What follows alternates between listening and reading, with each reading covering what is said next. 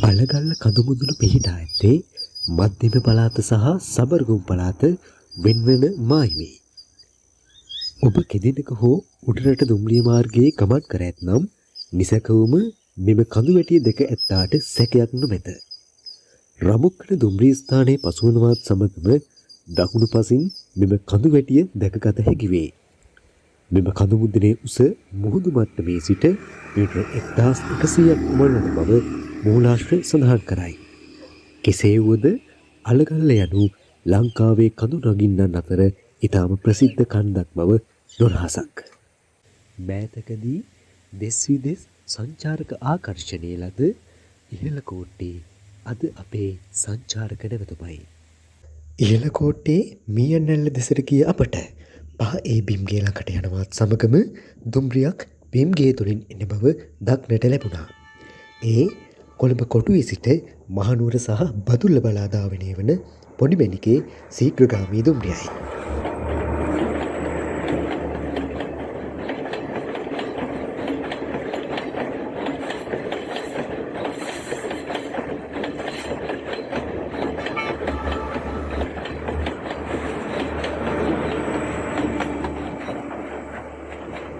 අලගල්ල කඳු බෑවුමෙහි පිහිටි මීයන්ගල්ල පර්වතයේ වගේ හැර දුම්රිය මග ඉදිකිරීම කිසිසේත්ම නොහැක වූ අතර අඩි 10කට ආසන්න බිම්ගයක් ඉදිකිරීම අපහසු කටයුත්තක් බව එවකට සිටි බ්‍රිතාන්‍ය ඉංජිනේරුවන්ට වැටහි තිබුණා.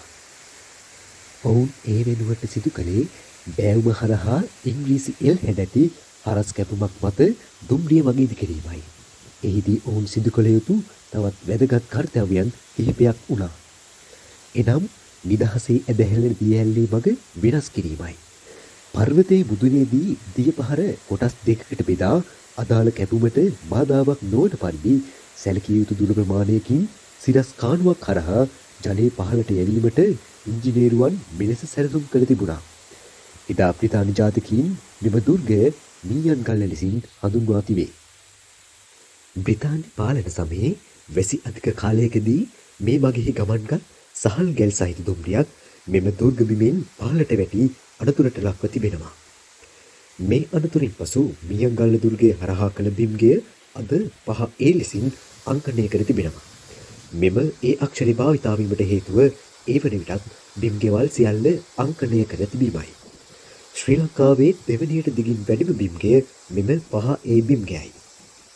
මාතර බෙලියත්ත දුම්රිය මාර්ගයේ ඉදිකිරීමෙන් පසුව මෙම 5A බිම්ගය දෙවන ස්ථානයට පත්ව තිබේ. සෝබාදහමේ නියමයන් මිනිසුන්ට වෙනස් කළ නොහැකි බව මීයන්දැල්ල කියා දෙමින් ඇගේ සුපුරුදු ගමන් මඟ දුම්රිය මගක් නිසා වෙනස් කරන්නට ගිය මිනිසුන්ට අවසානයේ ඇයගේ අනසකට යටත්වන්නට සිදු වුණා. 5A බිම්ගය ඊට කදිම නිදසුනක්.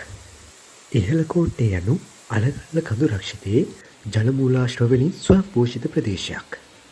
එම නිසාම ඉහළ කෝට්ටේ දුම්රිය ස්ථානයට යන මඟ දෙපස මෙවැනි කුඩා දිය පාරවල් විශාල ප්‍රමාණයක් සංචාරකයින් හට දැක ගන්නට ලැබෙනවා.